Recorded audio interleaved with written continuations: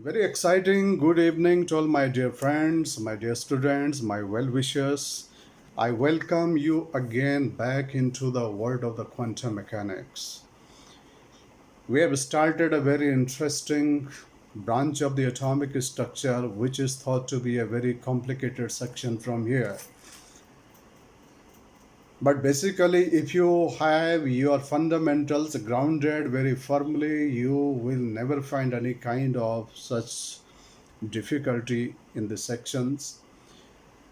My best effort will be to make this very complicated area to be very simplified for all of you to understand.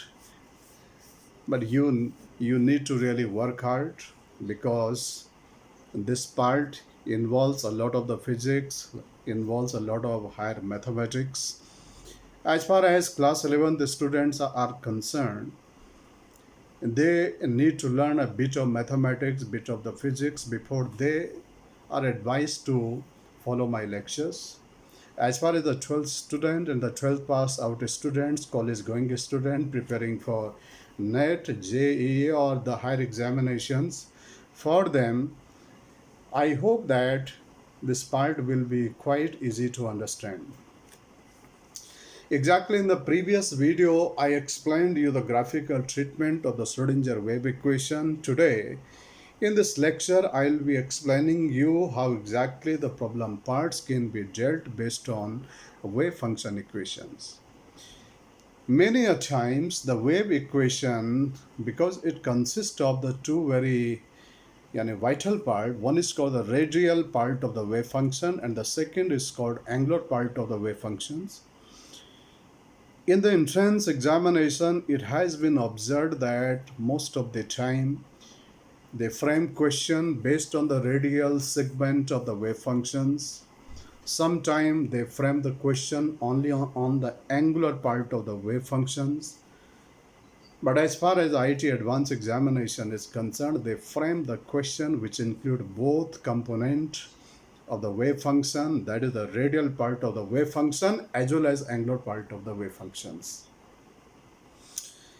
Exactly what is this wave function, how you have to look upon this, and how you have to just synchronize your thought and mind by just looking at this very complicated, horrible looking kind of the wave function equations.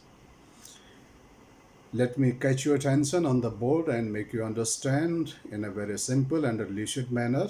Let's get back. Exactly मैंने कुछ data यहाँ लिखा है. मैंने यहाँ पे लिखा है W is equal to R multiplied P by P multiplied by A. W is here the total WT यानी total wave functions. Wave function हमेशा इलेक्ट्रॉन के लिए निकाला जाता है. एरविन श्रोडिंगर ने इलेक्ट्रॉन को एक स्टैंडिंग वेव ट्रीट किया था, और अगर ये स्टैंडिंग वेव है तो हर वेव का एक एम्पलीट्यूड होता है. उसी एम्पलीट्यूड को यहाँ रिप्रेजेंटेशन किया जाता है बाय द वेव फंक्शंस. तो wave function is equal to R is called here the radial part of the wave functions multiplied by the polar part of the wave function multiplied by the azimuthal part of the wave functions. जो radial part wave functions का होता है, radial part of the wave function, this depends on two number n and l, यानी principal and azimuthal quantum number. Polar part of the wave function, it depends on azimuthal quantum number and magnetic quantum number m. Azimuthal part of the wave function only depends on magnetic quantum numbers. Exactly ये तो आपको एक simple तरीके से explain करने का वे है. Exactly आपके पास में ये फंक्शन इक्वेशन दी हुई कैसी होती है. वे फंक्शन को सिंबॉलिकली रिप्रेजेंट किया जाता है by a symbol psi. Psi n l m as a function of r theta phi is equal to r as a function of r depending on two number n and l multiplied by the capital theta function of small theta depending on l and m. again multiplied by capital phi as a function of small phi depending on small m, that is magnetic quantum number. इस equation में यहां आप देखें ये part होता है radial part of the wave functions. Radial part of the wave function हमें ये बताता है कि जिस एटॉमिक ऑर्बिटल के लिए ये वेव फंक्शन है उस एटॉमिक ऑर्बिटल का एग्जैक्टली साइज क्या है. साइज मतलब स्मॉल साइज है, बिग साइज है, मीडियम साइज है, कैसा साइज है.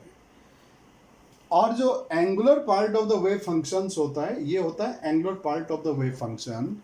ये हमें ये बताता है कि जिस एटॉमिक ऑर्बिटल की हम बात कर रहे हैं वो एटॉमिक ऑर्बिटल का एग्जैक्टली 3 डायमेंशन में ओरिएंटेशन क्या है.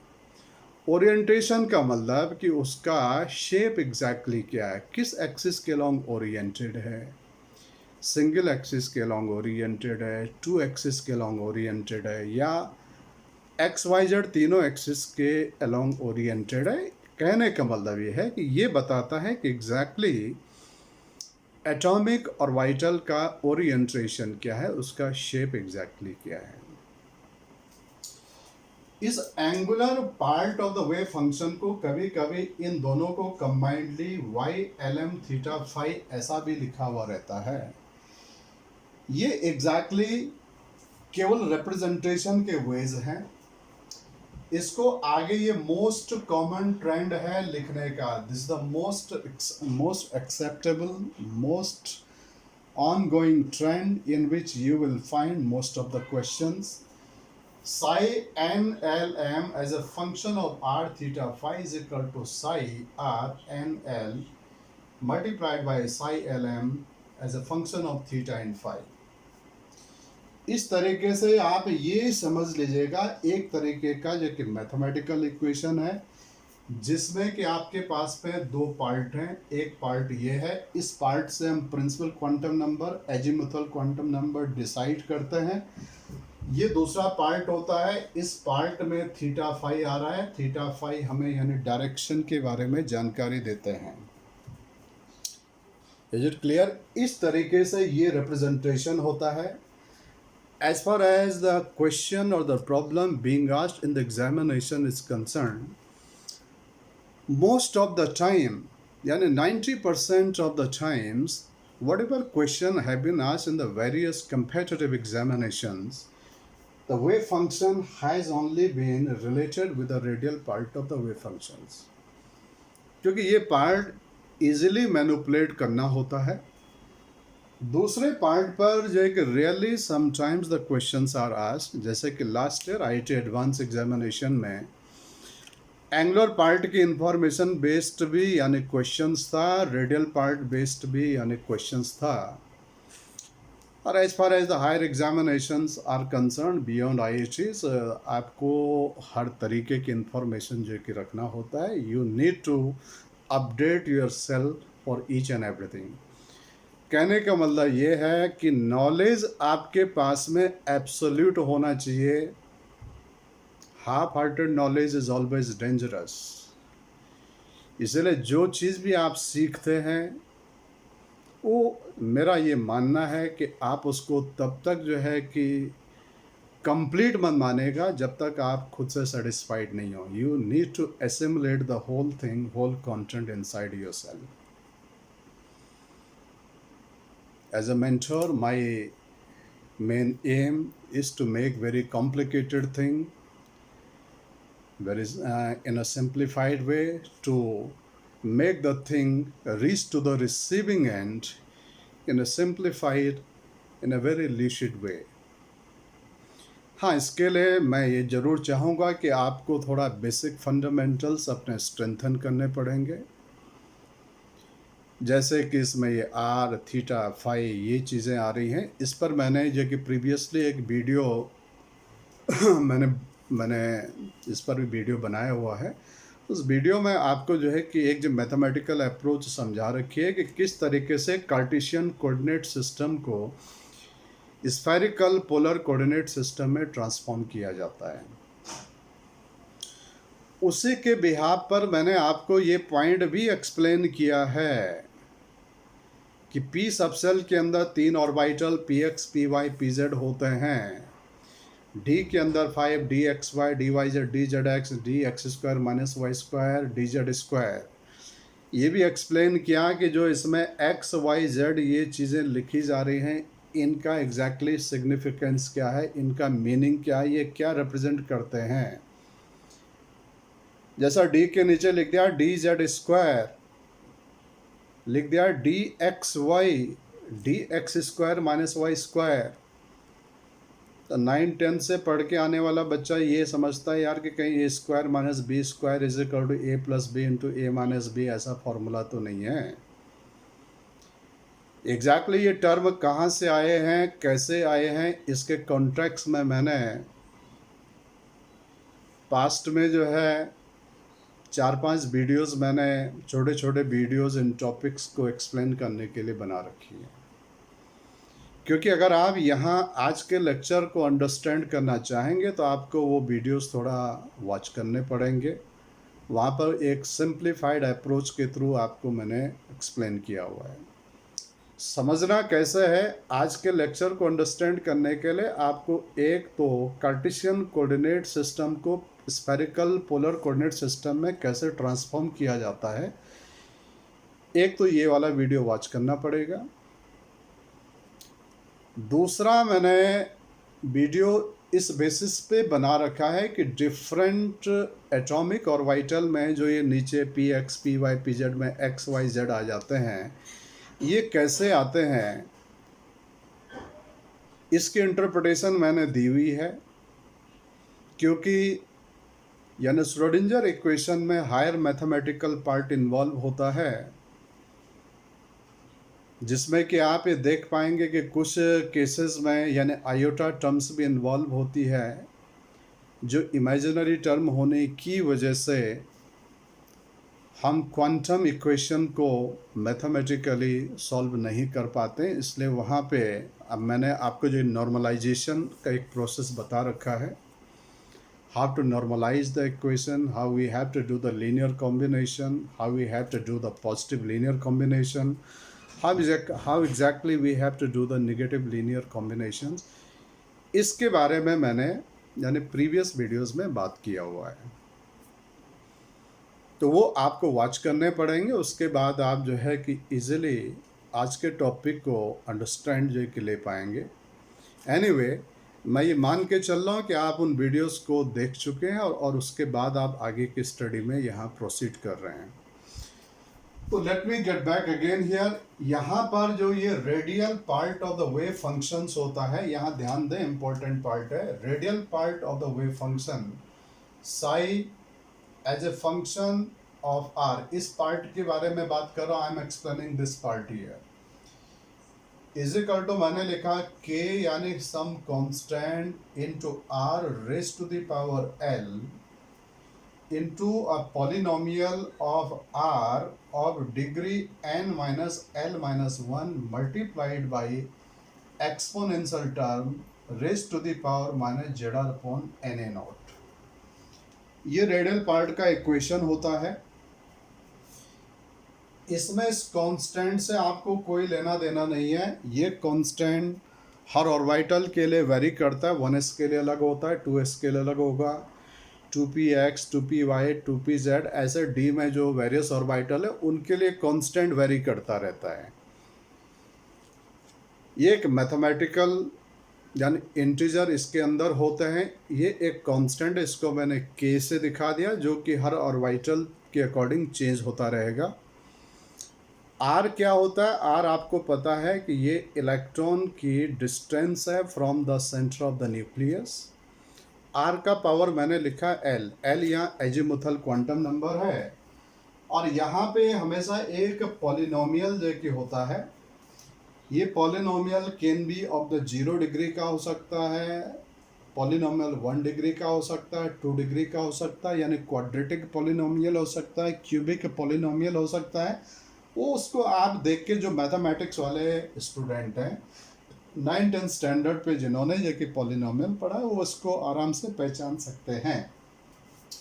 एक्सपोनेंट में यहाँ जेड जो पावर में है ये एटॉमिक नंबर होता है, आर जो है कि वही जो डिस्टेंस है, एन प्रिंसिपल क्वांटम नंबर है, ए नॉट यहाँ बोर जो कि रेडियस है जो कि 0.529 एंगस्ट्रॉम के इक्वल जो कि होता है।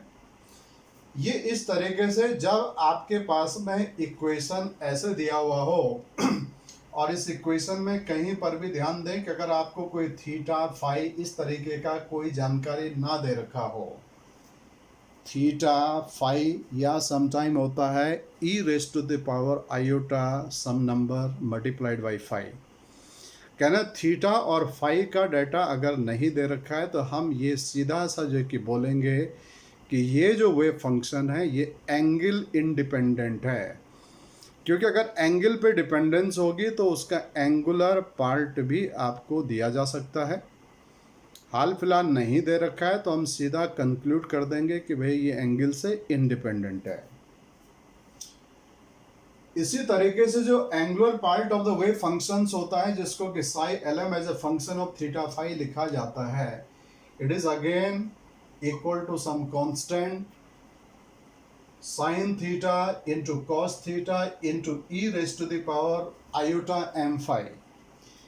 अब ये थोड़ा इंटरेस्टिंग है क्योंकि आज के लेक्चर में हमारा मेन फोकस इन्हीं पे है। इस तरीके से आपको अगर कहीं इक्वेशन में sine theta cos theta phi ऐसी टर्म्स दिख रही हैं, इसका मतलब वो पार्ट वेव फंक्शन के एंगुलर पार्ट को रिप्रेजेंट कर रहा है, और अगर वो एंगुलर पार्ट को रिप्रेजेंटेशन कर रहा है तो इसमें आपको एक शॉर्टकट तरीका बता रहा हूँ। साइन थीटा की पावर क्या लेनी आपने, यानी modulus of the magnetic quantum number, cos theta की पावर लेना है L minus modulus of the magnetic quantum number, और E raise to the power iota M phi. कभी कभी ये डाटा नहीं दिए हुए होते, केवल ये डाटा दिया रहता है, यहाँ से आप m यानी मैग्नेटिक क्वांटम नंबर को फाइंड आउट कर सकते हैं। एग्जैक्टली बेसिक एम क्या है, यहाँ हमारा जो बेसिक एम है कि अगर आपके पास कोई इक्वेशन दे रखी है और उस इक्वेशन का आपको जो है कि ये साई डाटा निकालना है, तो साई आपको बता रखा है, साई क्या होता है एन एल एम, एन का मतलब यानी प्रिंसिपल क्वांटम नंबर। मान के चलो यानी फर्ज करते हैं कि अगर आपने n का वैल्यू सॉल्व करके 3 निकाल लिया, इसके बाद l का वैल्यू निकाला, सपोज कि l का वैल्यू आपने 2 निकाल लिया, m का वैल्यू सपोज आपने 0 निकाल लिया। देखो जो n और l डाटा है ये तो यहां से निकल आएंगे, बट जो एग्जैक्टली m होता है, m यहां से नहीं निकलता है। m निकालने के लिए आपको हमेशा एंगुलर पार्ट में जाना पड़ता है, और अगर आपने एंगुलर पार्ट सॉल्व करके यानी 0 लेके निकाल लिया तो कहने का मतलब कि ऐसा एटॉमिक ऑर्बिटल है जिसके लिए प्रिंसिपल क्वांटम नंबर 3 है, और एजीमुथल का वैल्यू 2 कौन से ऑर्बिटल के लिए होता है, d ऑर्बिटल के लिए। मैग्नेटिक क्वांटम नंबर 0 है तो 0 का मतलब ये डी में कौन सा ऑर्बिटल हो जाएगा, जेड स्क्वायर। इस तरीके से हम लोग ये इक्वेशन के थ्रू ये फाइंड आउट कर पाते हैं कि ये वेव इक्वेशन किस एटॉमिक ऑर्बिटल के लिए दिया गया है। Is it clear? अब देखते हैं आगे, जब आप इन पर बेस्ड क्वेश्चंस, क्योंकि इसके बाद में इस पर बेस्ड क्वेश्चंस पे आने वाला हूँ, जब आप इन पर बेस्ड क्वेश्चंस पे आते हैं तो उन क्वेश्चंस पे जाने के लिए आपको कुछ बेसिक इंट्रोडक्टरी इंफॉर्मेशन मालूम होना चाहिए। अगर रेडियल नोड है तो रेडियल नोड होने के लिए ध्यान रखिएगा ये रेडियल वेव फंक्शन वाला पार्ट क्या होना चाहिए, 0। अगर एंगुलर नोड कहीं पर है तो एंगुलर नोड होने के लिए ये साई एलएम ये वाला पार्ट यानी 0 होना चाहिए। ये बेसिक से इंफॉर्मेशन है। और यहाँ पे एक पॉइंट मैंने अलर्ट वाला पॉइंट लिखा है, यहाँ लिखा है caution, that is keep in mind the boundary conditions. Boundary condition बता रखा है आपको कि न्यूक्लियस एंड आउटरमोस्ट सेल के बाहर इलेक्ट्रॉन न तो न्यूक्लियस के अंदर होता है ना जो है कि एटम के आउटरमोस्ट सेल के बाहर होता है। आउटरमोस्ट सेल के बाहर का मतलब इनफाइनाइट। न्यूक्लियस में भी इलेक्ट्रॉन फाइंडिंग प्रोबेबिलिटी जीरो होती है और इनफाइनाइट पर भी जीरो हो जाती है, इसलिए न्यूक्लियस एंड इनफाइनाइट को कभी भी नोड काउंट नहीं किया जाता, इनको बाउंड्री कंडीशन बोला जाता है। दूसरा है कि number of the radial node is equal to होता है n minus L minus one, number of angular node is equal to L. एक तरीके से मैथमेटिकल फॉर्मूले के तौर पे याद रखने आपने। Radial node is equal to को स्फेरिकल नोड भी बोलते हैं, एंगुलर नोड को प्लेनर नोड भी बोला जाता है। Is it clear? जैसे सपोज करो कि आपने ऑर्बिटल फाइंड आउट कर लिया, तो इस ऑर्बिटल का मैंने कल के लेक्चर में भी बताया था कि आप अगर ऑर्बिटल पता है तो उसके थ्रू आप उसका जो कि रेडियल प्रोबेबिलिटी ग्राफ खींच सकते हैं। उस ग्राफ में प्रोबेबिलिटी डिस्ट्रीब्यूशन ग्राफ में कभी कभी आपको, जैसे कल बताया था, मोस्ट प्रोबेबल डिस्टेंस निकालनी पड़ती है। उसका फॉर्मूला होता है n square A not upon Z.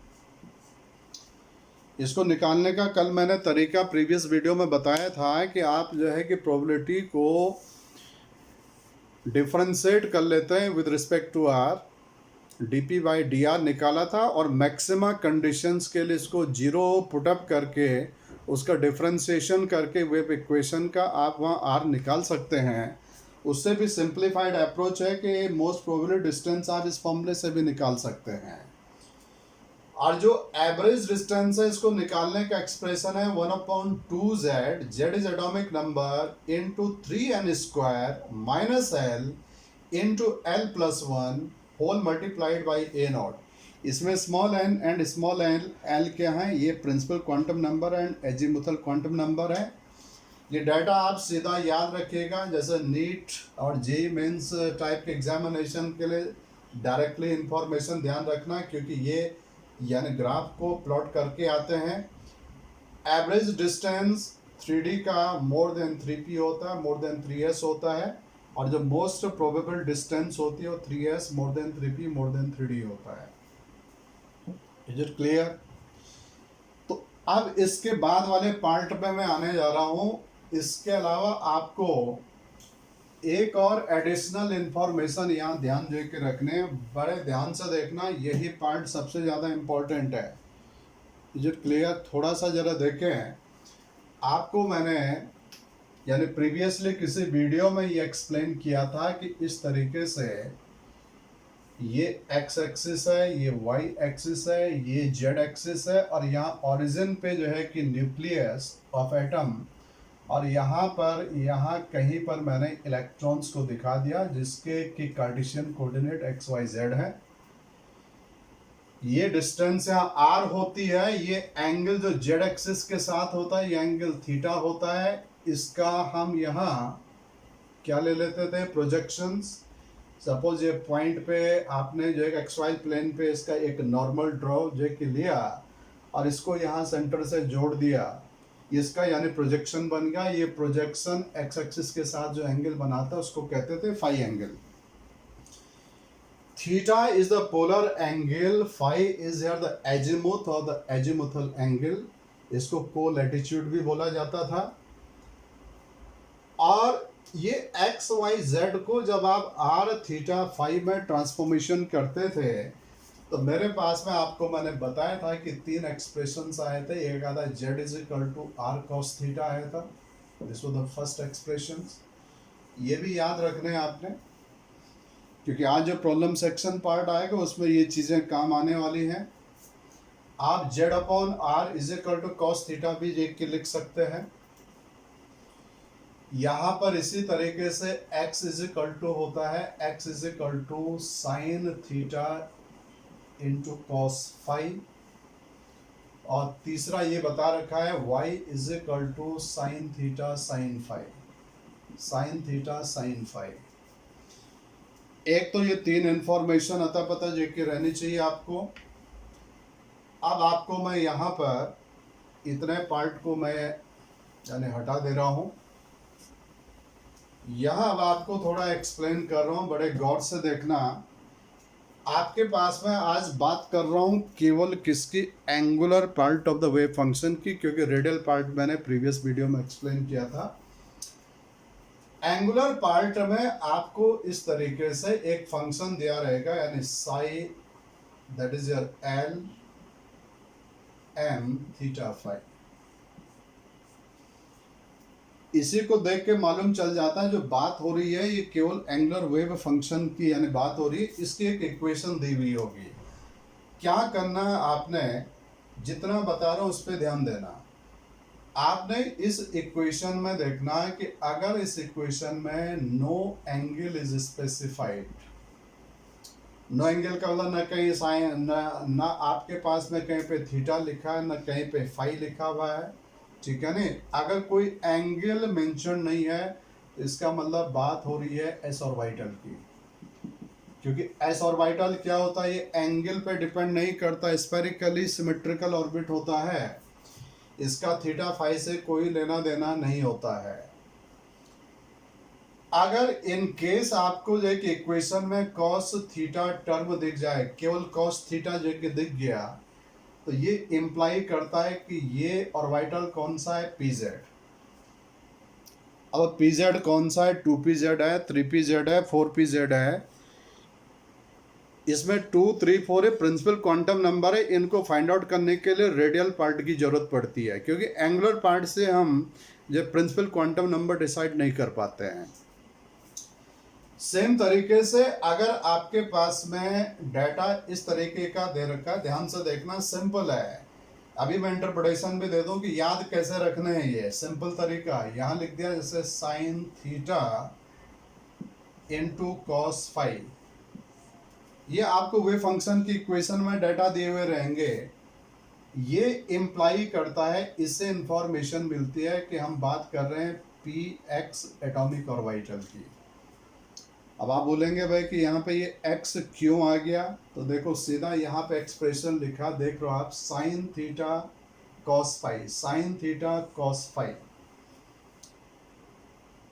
इसमें जो कार्टेशियन कोऑर्डिनेट टर्म आ रही, कौन से आ रही है, x, इसलिए ऑर्बिटल हो जाता है कौन सा, px, ये ऑर्बिटल हो जाता है px। सेम तरीके से अगर sine theta sine phi term दे रखे, sine theta into sine phi, ये टर्म अगर दे रखी है तो ये डायरेक्टली इंप्लाई कर जाता है कि ये पी वाई ऑर्बिटल है। अगर आपको ये नहीं भी याद होंगे तो मैं अभी आपको बता भी दूंगा कि ये निकालते कैसे है।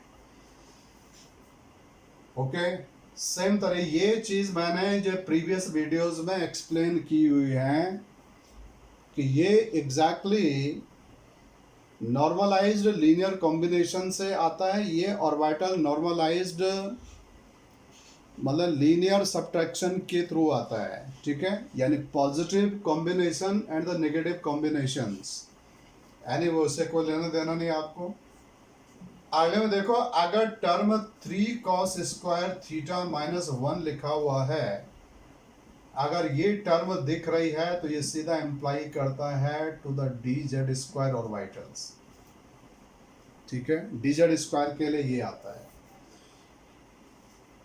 सेम तरीके से अगर आपके पास में टर्म लिखी हुई मिल जाए, sine theta cos theta, sine theta cos theta cos phi, ठीक है, जब साइन एंड कॉस वाली टर्म एक थीटा और एक फाई वाले में आए, यानी एक और एक दो ही जगह ट्रिगोनोमेट्रिक जगह फंक्शन है, दोनों सेम, केवल एंगल ही तो वेरी कर रहे हैं, यहाँ दोनों अलग अलग हैं। यहाँ पे आपके पास में 1, 2, 3 है, जब भी 3 दे रखे होंगे तो याद रखना ये डी ऑर्बिटल को रिप्रेजेंटेशन करेगा। क्वेश्चन होता है कौन सा डी ऑर्बिटल को रिप्रेजेंटेशन करेगा, तो यहाँ देखना, साइन थीटा कॉस थीटा, मेरे पास में एक, यहाँ देखो साइन थीटा टर्म है, कॉस फाई है, साइन थीटा कॉस फाई का मतलब यानी ये एक्स पार्ट को रिप्रेजेंट कर रहा है, डी तो है, डी में एक डाटा तो मालूम चल गया एक्स, और कॉस थीटा में कौन सा कंपोनेंट है, जेड, इसका ये डी एक्स जेड ऑर्बिटल को रिप्रेजेंटेशन कर रहा है। सेम तरीके से अगर यहाँ लिखा हुआ हो sine theta cos theta sine phi, sine theta cos theta sine phi, तो देखो sine theta sine theta sine phi y को रिप्रेजेंट कर रहा है, तो डी में एक तो लिख दिया मैंने वाई, डी में एक टर्म लिख दिया वाई, एंड कॉस थीटा क्या है जेड, डी वाई जेड, ये डी वाई जेड को रिप्रेजेंट कर रहा है। इसके एडिशनली आपके पास में इस तरीके से भी फंक्शन दिया रहता है, एंगल ऐसे भी sine square theta cos 2 phi, या दिया जा सकता है sine square theta sine 2 phi. अब क्वेश्चन ये उठता है कि ये किन ऑर्बिटल को रिप्रेजेंट करेंगे, ये कैसे पहचाना जाएगा। तो इसमें थोड़ा सा मैथमेटिक्स का आपको अगर जो है कि अंदाजा है, मैथमेटिक्स के अगर कुछ फॉर्मूले अतः पता है, तो जैसे यहाँ पे बात हो रही है साइन स्क्वायर थीटा, इसको मुझे सिंप्लीफाई करना है, साथ में क्या रहा है कॉस 2 फाई। देखें जो कि simple to understand, sine square theta, तो साइन स्क्वायर थीटा तो एज यूजुअल ऐसा लिख दिया साइन स्क्वायर थीटा, कॉस ये लिखा कॉस 2 फाई, तो कॉस 2 फाई का जो कि ट्रिगोनोमेट्री में आप जो फॉर्मूला पढ़ते हैं, ये क्या आता है कॉस स्क्वायर थीटा, मतलब यहाँ क्या हो गया फाई, माइनस क्या हो गया साइन स्क्वायर थीटा यानी साइन स्क्वायर फाई। ये फॉर्मूला है किसका है कॉस 2 फाई का। अंदर मल्टीप्लाई मारो इसको, तो ये हो गया आपके पास में sine square theta cos square phi minus, या क्या आ गया भाई sine square theta sine square phi. अब sine theta cos phi function का है, sine theta cos phi X में है, किंतु स्क्वायर की फॉर्म में, तो क्या हो गया x square. Sine theta sine phi कहाँ रहा है वाई में, इसका मतलब माइनस वाई स्क्वायर, तो ये ऑर्बिटल किसको रिप्रेजेंटेशन कर रहा होगा d x square minus Y square को। अरे पॉइंट समझ में आया कि एग्जैक्टली चल क्या रहा है। ये टर्म जो है कि x का है, क्योंकि स्क्वायर है तो एक्स स्क्वायर हो गया, बीच में साइन क्या है माइनस। एटॉमिक ऑर्बिटल में जो है d x square minus Y square लिखे रहते हैं, ये एग्जैक्टली कार्टेशियन साइन है। ये these are the sign of the wave functions. ये वेव फंक्शन को रिप्रेजेंटेशन जो कि लेते हैं, तो इस तरीके से आप इस चीज़ को डिटरमाइन कर सकते हैं। सेम तरीके से अगर आपको sine square theta sine 2 phi को अंडरस्टैंड करना, तो साइन स्क्वायर थीटा, देखो ये लास्ट वाले को सॉल्व कर रहा हूं मैं, क्या है साइन स्क्वायर थीटा, आगे साइन 2 फाई, तो साइन 2 थीटा का formula 2 sine theta cos theta, तो क्या हो जाएगा यहाँ पे आएगा 2 sine phi cos phi, 2 sine phi cos phi, लिख सकते हैं इसको ऐसे। Is it clear. यहां से देखो साइन स्क्वायर थीटा था sine theta multiplied by sine theta, यानी साइन स्क्वायर थीटा। इसको मैं ऐसा भी लिख सकता हूं, देखो sine theta sine phi, sine theta sine phi, एक और बार फिर क्या आ गया साइन थीटा साइन फाई, एक और बार फिर लिखो साइन थीटा कॉस फाई, लिख सकते हैं इसको। 2 यानी कांस्टेंट है, ये कांस्टेंट जो 2 कांस्टेंट होता है, ये जो कि नॉर्मलाइजेशन फैक्टर में जाके वहाँ जो कि मिक्स हो जाता है, उसे आपको कोई टेंशन, इस 2 को हटा दीजिए। Sine theta sine phi, sine theta sine phi कहाँ भाई, ये वाई आ गया, साइन थीटा कॉस फाई क्या आ गया एक्स, इसका मतलब इसमें एक्स एंड वाई कंपोनेंट आ गए, और कैसे हैं, अरे मल्टीप्लिकेशन में ऑर्बिटल कौन सा हो गया डी एक्स वाई। ये तो तरीका था कि कुछ आपने ट्रिगोनोमेट्रिक फॉर्मूले यूज किए, साथ में ये वाले डेटा यूज किया, उसके बिहाफ पे आपने फाइंड आउट कर लिया कि ये ऑर्बिटल कौन कौन से हैं। आप सिंपल तरीका देख लो, जो कि शॉर्टकट तरीका याद रखने का। अगर कोई एंगल थीटा फाई ना नजर आ रहा हो तो सीधा बोल देना कि ये एस ऑर्बिटल का वेव फंक्शन है। अगर केवल कॉस थीटा नजर आ रहा हो, केवल कॉस थीटा, तो सीधा ऑर्बिटल कौन सा, पीजेड। बस ये ध्यान रखना, जहाँ कॉस थीटा अकेला आता है वहां कंपोनेंट जेड आता है। साइन थीटा के साथ, साइन थीटा के साथ साइन ही अगर फाई हो, साइन ही फाई हो तो फाई मतलब वाई, यहाँ आ जाएगा पी वाई, जैसे फाई वाई, ऐसे याद रख लीजिएगा। साइन थीटा के साथ अगर यहाँ कॉस फाई टर्म है तो ये क्या हो जाएगा, पी एक्स। साइन थीटा के साथ जब साइन फाई होगा तो पी आई होगा, साइन थीटा के साथ कॉस फाई होगा तो पी एक्स आ जाएगी टर्म। तीसरा ये ध्यान रखना कि केवल कॉस थीटा टर्म है तो पी जेड है, बट अगर 3 cos स्क्वायर थीटा माइनस 1 अगर ये टर्म दे रखी है तो हमेशा ये डी जेड स्क्वायर ऑर्बिटल होता है, हमेशा डी जेड स्क्वायर ऑर्बिटल। इसके अलावा देखो यहाँ फिर क्या लिखा मैंने, देखो sine theta cos phi, sine theta cos phi, साथ में क्या टर्म आगे, कॉस थीटा। इन दो को sign theta cos theta, sine theta cos theta, एक में इसी तरीके से कॉस फाई है, अगले में इसी तरीके से क्या है, अरे क्या है, यानी साइन फाई है। अगर इस तरीके का टर्म है तो एक टर्म क्या आगे एक्स, और कॉस थीटा के लिए टर्म यानी कौन सी हो गई यहाँ पे, कॉस थीटा के लिए जेड। अगर आपको इतने तक याद है तो बाकियों का आप अंदाजा खुद ब खुद लगा सकते हैं। फाइनली इन चीज़ों को याद रख लेना, इस पॉइंट को ध्यान रखना है कि अगर साइन स्क्वायर थीटा वाली टर्म है, जहाँ पे साइन स्क्वायर थीटा वाली टर्म आएगी वो यहाँ इन दो ऑर्बिटल को रिप्रेजेंट करेगा। अब किस में कौन सा वाला होगा, सिंपल सा मेथड है। अगर cos 2 फाई वाली टर्म है तो d x square minus Y square वाली आ जाएगी, और अगर साइन वाली टर्म है तो क्या हो जाएगी, D X Y. This way you can remember कि exactly angular part of the wave function में जो भी आपके पास में एंगुलर डाटा दे रखा है, उस एंगुलर फंक्शन से आप किस तरीके से एटॉमिक ऑर्बिटल को फाइंड आउट कर सकते हैं। Is it clear? इतना समझने के बाद now my next attempt will be to make you understand how the questions are asked based on this and how the question can be solved. किस तरीके के क्वेश्चंस होंगे और उन क्वेश्चन को सॉल्व कैसे किया जाएगा। तो यहाँ पे सीधा अब चलते हैं और सीधा लौटते हैं, बहुत ही सिंपल वे में चीज़ों को अंडरस्टैंड करने के लिए। अब आपको मालूम चल भी जाएगा कि क्या इतने सारे डाटा याद रहेंगे तभी सॉल्व हो पाएंगे, या इनके बिना भी क्वेश्चन सॉल्व हो सकते हैं।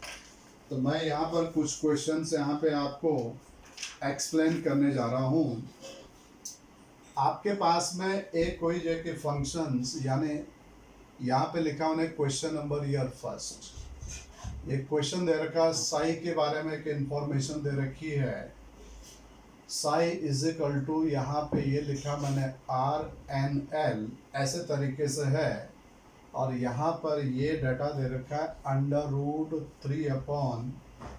√3/4 यहाँ लिख रखा है कॉस थीटा, बस इतना ही लिखा हुआ है।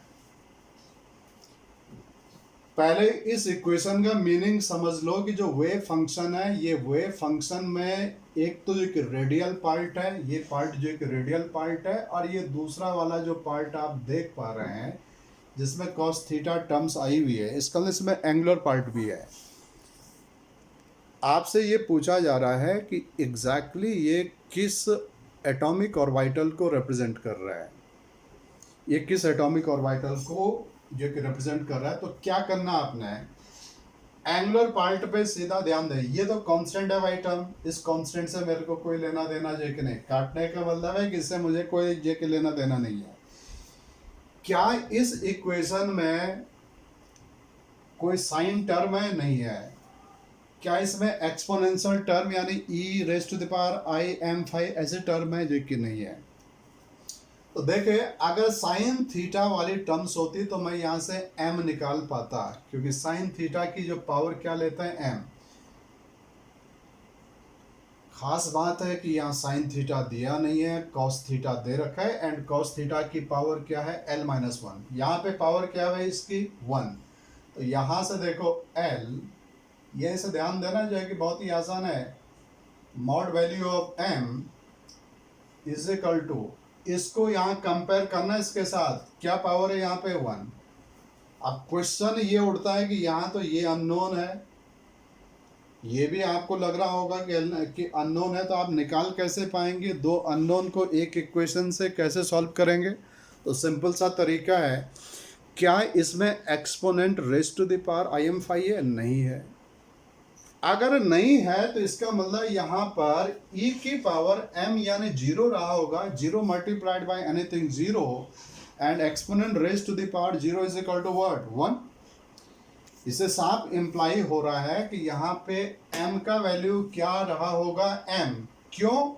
क्योंकि इसमें एक्सपोनेंशियल टर्म नहीं है। ऐसे देखो e raise to the power क्या बोलना im5, इसमें कहीं एक्सपोनेंशियल टर्म नहीं दे रखा। क्या आप इसको e raise to the power 0 कर सकते हैं? ये 0 कब होगा देखो, आई तो मुझे पता नहीं, फाई का भी कुछ पता नहीं, यानी m अगर 0 हो गया, m अगर 0 हो गया तो इसका मतलब जो है कि ये function e to the power 0 is equal to क्या हो जाएगा 1, और एनीथिंग मल्टीप्लाइड बाय 1 इतना ही तो आएगा। तो यहाँ से सीधा सा मालूम चल गया है कि m का वैल्यू क्या है 0 है, और अगर ये मुझे मालूम चल गया तो देखो l-0 इज इक्वल टू क्या है 1, therefore l is equal to क्या आ गया 1। तो मुझे क्या क्या इन्फॉर्मेशन मिल गया, एक तो डाटा मिल गया l का वैल्यू क्या है 1 और m का वैल्यू क्या हो गया 0।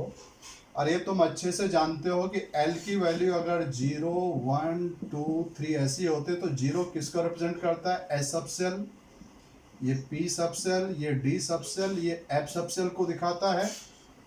और m की वैल्यू अगर 0 है तो m की वैल्यू पहले तो ये देखो l1 का मतलब ये कौन सा हो गया, सीधी सी बात हो गया कि अगर ये डाटा आ रहा है तो ये इंफॉर्मेशन क्या जानकारी दे रहा है कि ये कोई p ऑर्बिटल है। और m का वैल्यू 0 कब होता है, m का वैल्यू 0 होता है किस केस में, z के केस में। ये पहले बता चुका है, यानी प्रीवियस वीडियोस में बता रखी हैं कि इसके लिए pz के लिए m को 0 क्यों लिया जाता है, ठीक है। तो एग्जैक्टली ये ऑर्बिटल कौन सा हो गया pz। अब एक कौन सा pz है, 2pz 3pz ये मालूम नहीं चल पाएगा, क्योंकि इसके लिए मुझे रेडियल पार्ट की इंफॉर्मेशन होनी चाहिए थी। तो दिस में ये फर्स्ट क्वेश्चन ऐसे हो जाता सॉल्व, आसान है। नेक्स्ट क्वेश्चन पे बात करते हैं। अगला क्वेश्चन भी इसी तरीके से साई यानी question number that is 2। Sai के बारे में इंफॉर्मेशन दे रखी, यानी RNL 3/4 पाई, और यहां पर दे दिया sine theta sine theta sine phi, sine theta sine phi. अभी अभी मैंने बताया था कि अगर साइन थीटा साइन फाई है तो वो सीधा ऑर्बिटल कौन सा है पी वाई। अगर आपको वो याद है तो सीधा देख के आंसर निकाल सकते हो। सपोज नहीं मालूम है तो आप यहाँ से भी इस चीज की इंफॉर्मेशन ले सकते हैं, ठीक है।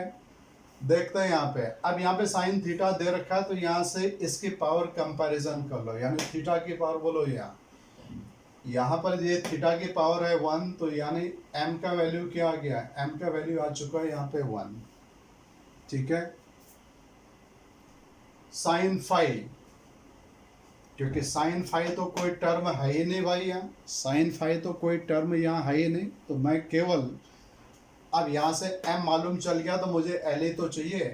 क्या कॉस थीटा टर्म है, दूर दूर देखो तो कॉस थीटा है ही नहीं, इसका मतलब मैं क्या लिख सकता हूँ, क्या l minus m is equal to 0 लिख सकता हूँ, लिख सकते हैं कि नहीं।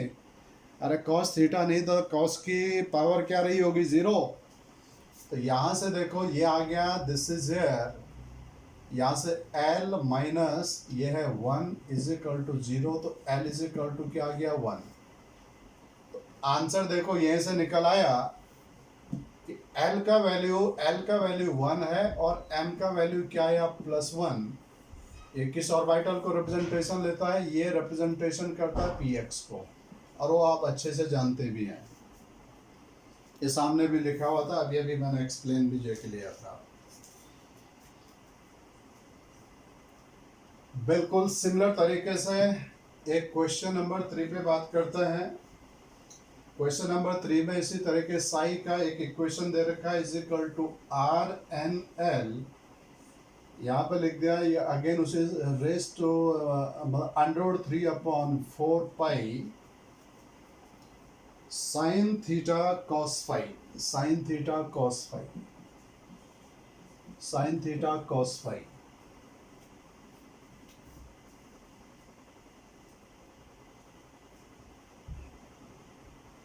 जल्दी से उसी तरीके से निकाल पाएंगे। Sine theta cos phi, sine theta cos phi, sorry sine theta cos phi आ चुका था पहले क्या, साइन थीटा कॉस फाई आ चुका था ना, ये साइन थीटा, मैं साइन थीटा साइन फाई लिख देता हूँ, साइन थीटा साइन फाई। तो एग्जैक्टली बिल्कुल यही तरीका है। साइन थीटा इसकी पावर जो है कि क्या है, दैट इज योर 1, और इसमें कॉस थीटा जो है कि टर्म जो है कि नहीं है, तो उसी तरीके से यहाँ पर जो है कि इसको आप सॉल्व जो है कि कर सकते हैं। साइन थीटा साइन फाई, इसको सॉल्व करें तो क्या आंसर मिल जाएगा, पी वाई आ जाएगा सीधे।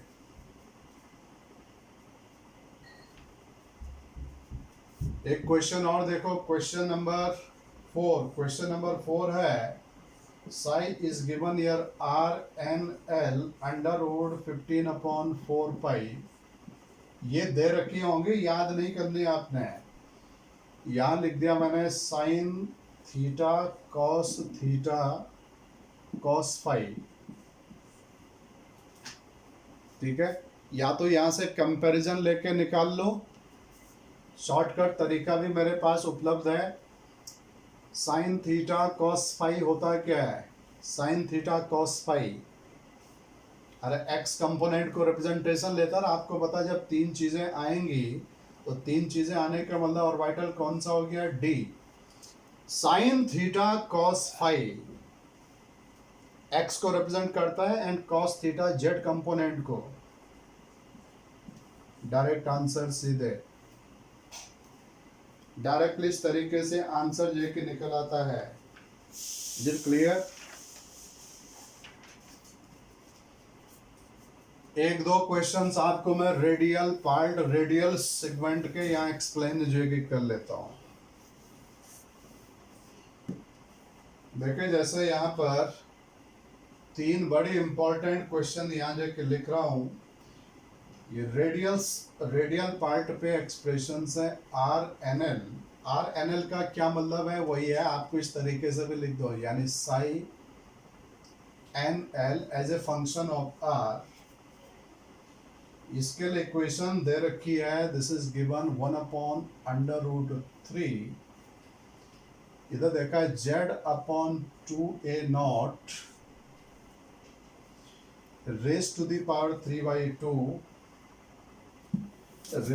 पावर 3/2 into ZR/a0 यानी मल्टीप्लाइड है e raise to the power minus ZR/2a0, e raise to the power minus ZR/2a0। इससे भी आपको ऑर्बिटल पहचानना है, तो कैसे निकालते हैं, यहाँ तो बहुत ही सिंपल तरीका है। इसमें हम 2 चीज़ें ही निकाल पाते हैं, एन और एल। एन क्या बता रखा आपको, एक्सपोनेंट में जो पावर होती है उसमें a0 का जो भी कोफिशिएंट होगा वो हमेशा n को रिप्रेजेंट करता है, तो n का वैल्यू तो आ गया 2। l कैसे निकालते थे, l होता था r की पावर l, ये एक्सपोनेंट से जस्ट पहले ये टर्म तो कांस्टेंट है भाई, ये टर्म क्या है, कांस्टेंट। यहाँ r की पावर क्या है, आर की जो मिनिमम पावर होती है वो एल को रिप्रेजेंट करता है, तो आर की पावर केवल क्या है यहाँ पे 1 डिग्री का, यानी पॉलिनोमियल है ये। तो एग्जैक्टली n2 है, l1 है, तो ऑर्बिटल कौन सा हो गया 2p। अब ये px है, py है, pz है, ये यहाँ से मालूम नहीं चलेगा क्योंकि उसके लिए एंगुलर पार्ट की इंफॉर्मेशन होना जरूरी होता है। सेम तरीके से अगर ऐसा दे रखा एक्सप्रेशन कि psi N l r is equal to 2 times z divided by 2a0 raise to the power 3/2 1 minus Z are upon 2a0 and exponent minus Z are upon 2a0, ये इक्वेशन दे रखी है। देखो एक एक लाइन के answer है सारे, एक एक लाइन के आंसर। इसका आंसर आप निकालना है, n का वैल्यू निकालना है, तो a0 का जो कोएफिशिएंट है ये 2 है। ये टर्म कांस्टेंट होगी अगेन। अब ये पॉलिनोमियल को पहचान लीजिएगा, कितना डिग्री का यानी पॉलिनोमियल आ गया, यानी r की मिनिमम पावर जो है कि देख लें आप सीधे। तो आप सोचेंगे यार r तो केवल इसी में है, देखना अगर r वाली टर्म के साथ में कोई नंबर जो है कि दिया हुआ हो तो इस 1 को मैं ऐसा भी लिख सकता हूँ, देखो 1 into r raise to the power 0, anything raise to the power 0 is equal to 1। इसका मतलब यहाँ पर इसकी जो वैल्यू आ गई, आर की मिनिमम पावर कौन सी हो गई, 1 मत बोल देना, आर की मिनिमम पावर 0। जब कभी भी यहाँ आर वाली टर्म्स के साथ में कोई मैथमेटिकल इंटीग्रल वैल्यू दे रखी होगी तो वहाँ ऐसे तरीके से जाना है। ऑर्बिटल बोलो सीधे कौन सा हो गया 2s। l is equal to 0 का मतलब हो जाता है यानी s orbitals. Is it clear? इस तरीके से आप इसको फाइंड आउट लेंगे। एक क्वेश्चन और यहाँ पे डील करते हैं।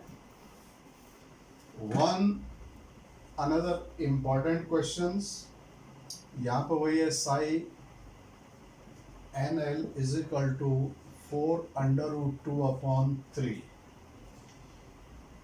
इक्वेशन दे रखी होंगी एग्जाम में, z/3a0 race to the power लिखा है 3/2, ब्रैकेट के अंदर है 1 माइनस ZR/3a0 प्लस ये लिखा भाई यहाँ पे 2ZR² /27 a0², फिर into e raise to the power minus ZR/3a0। एक लंबी चौड़ी इस तरीके से जो हॉरिबल इक्वेशन दे रखी है। बताइए इसमें n का वैल्यू कैसे निकलेगा। n का वैल्यू हो गया a0 का, यानी कोफिशिएंट पहचान लो, एक्सपोनेंशियल टर्म है, तो सीधा देख के n का वैल्यू मालूम चल गया 3। अब क्या निकालना है तुमने, अब फाइंड आउट करना है यानी l का वैल्यू। l का वैल्यू क्या बता रखा है, ये तो टर्म क्या होगी कांस्टेंट। इस पॉलिनोमियल के अंदर आपको r की मिनिमम डिग्री पहचाननी है, तो वही तरीका हो गया, इसमें भी r है, इसमें भी r है, किंतु इसके साथ में आप देख पा रहे हैं एक इंटीग्रल वैल्यू है। इस 1 को क्या लिख सकता हूं, 1 into r to the power 0। इसका मतलब l की क्या वैल्यू हो जाएगी 0। एक लाइन में आंसर आ गया 3s atomic orbitals. 3s atomic orbitals. एक लास्ट क्वेश्चन जिसमें एंगुलर पार्ट भी मैं डाल दे रहा हूं आपकी बार, इंपॉर्टेंट यानी क्वेश्चंस, बल्कि एंगुलर पार्ट ही है इसमें। एंगुलर पार्ट ऐसे लिखा हुआ, ध्यान देना, ये लिखा y इज इक्वल टू √15/4। यहां लिख दिया गया sine theta cos theta, sine theta cos theta 1/√2π, यहाँ लिख दे e raise to the power i/5। ऐसे तरीके से आपके पास में इक्वेशन दिया गया है, ठीक है। तो जब आप इसको सॉल्व करेंगे तो सॉल्व करते टाइम ये क्वांटिटी तो क्या है, ये तो कांस्टेंट आ गई भाई टर्म। भाई मैं इसको ऐसा लिख सकता हूँ कि वाई एल एम कॉन्स्टेंट हटा के directly related to sine theta cos theta, ये भी कांस्टेंट है, हटा दिया, e raise to the power minus iota five, e raise to the power minus iota five. ठीक है, इसके बाद व्हाट एग्जैक्टली, अब आप इसको सीधे कंपैरिजन कर लो जो तरीका बता रखा, वाई एल एम डायरेक्टली क्या होता है साइन थीटा, इसकी पावर क्या लिया जाता है एम, कॉस थीटा की पावर मैंने क्या बताते थे l minus mod m, e raise to the power क्या लेते हैं आई एम फाइव। ये याद रखना बस है। आप कंपैरिजन कर लें, आप सीधे यहाँ से जो जो डाटा आपसे पूछे जाएंगे डाटा को निकाला जा सकता है। पहले तो यहाँ से सीधे आप m का वैल्यू सीधे निकाल सकते हैं, m यहाँ से निकाल लो, यहाँ से निकालो, वहाँ से एग्जैक्ट वैल्यू आपके पास में मालूम चल जाएगा क्योंकि विद साइन स्पेसिफाइड है। आई एम फाइव में देखो इसको लिखता हूँ minus one minus i into one into five minus i into one into five is equal to, अरे ये तो टर्म आ जाएगी, तो यहाँ से क्या मालूम चल गया बोलो, देखो m तो मुझे मालूम चल गया, m का वैल्यू यानी कि आ गया -1। अगर m -1 मालूम चल गया तो अब आप यहां से l कैसे निकालेंगे, l minus mod of m, cos theta की पावर को देखो, कॉस थीटा की पावर कितनी है यहाँ पे दी गई इक्वेशन में, कॉस थीटा की पावर क्या दे रखी है 1।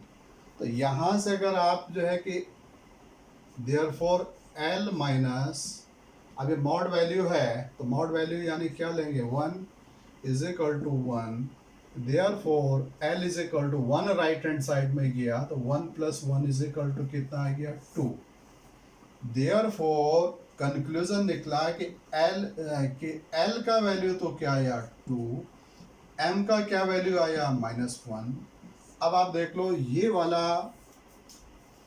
वाला क्वांटम नंबर कॉम्बिनेशन किस वाले ऑर्बिटल को सेटिस्फाई जो कि लेता है, ये किस ऑर्बिटल को सेटिस्फाई जो कि ले रहा है, उसके अकॉर्डिंग आपका आंसर आ गया। L अगर 2 है तो ऑर्बिटल कौन सा हो गया, D हो गया ना, और M का वैल्यू क्या रहा है, अरे -1, तो -1 के लिए यानी क्या चीज़ आ जाएगा, ये हो जाएगा आपका dxy। इस तरीके से आप आंसर को निकाल सकते हैं। These were some of very common, very simple, important question that I discussed based on angular part of the wave functions and the radial part of the wave functions. तो hopefully इस तरीके के ये simple approach पे था, simplest यानी question थे जिनके आंसर एक एक लाइन में आप निकाल सकते हैं। इसके बियॉन्ड हम एक और जो कि लेक्चर यानी क्वांटम मैकेनिक्स पे जो कि रखेंगे। In that lecture I will be explaining you some other types of the questions asked in the examinations, जिसमें लंबे टाइप की भी प्रॉब्लम्स होंगी, नोड निकालने की प्रॉब्लम्स होंगी, distance of the node from the centre of the nucleus, वो चीज़ें फाइंड आउट लेंगे। ठीक है, एवरेज डिस्टेंस कैसे निकालनी है, मोस्ट प्रोबेबल डिस्टेंस कैसे फाइंड आउट जो कि लेनी है, इन चीज़ों को हम एक और जो कि लेक्चर में जो कि लेंगे, और जिसके थ्रू हमारा क्वांटम मैकेनिक्स वाला ये पार्ट, ये सेगमेंट ओवर हो जाएगा। इसको और बेहतर से अंडरस्टैंड करने के लिए आपको कुछ प्रीवियस वीडियो जो मैंने एंगुलर वेव फंक्शंस या रेडियल वेव फंक्शंस पे कुछ वीडियो मैंने फ्रेम की हुई हैं, उन वीडियो को थोड़ा वॉच कर लीजिएगा, so that you will be able to understand in a proper manner how exactly you have to deal the question asked based on the quantum numbers or based on just the quantum mechanics. Thank you very much. Enjoy your night and hopefully you do the best till we meet tomorrow, same times, or just some time in the day. Till then, good night, goodbye, and take care of your health. Thank you very much.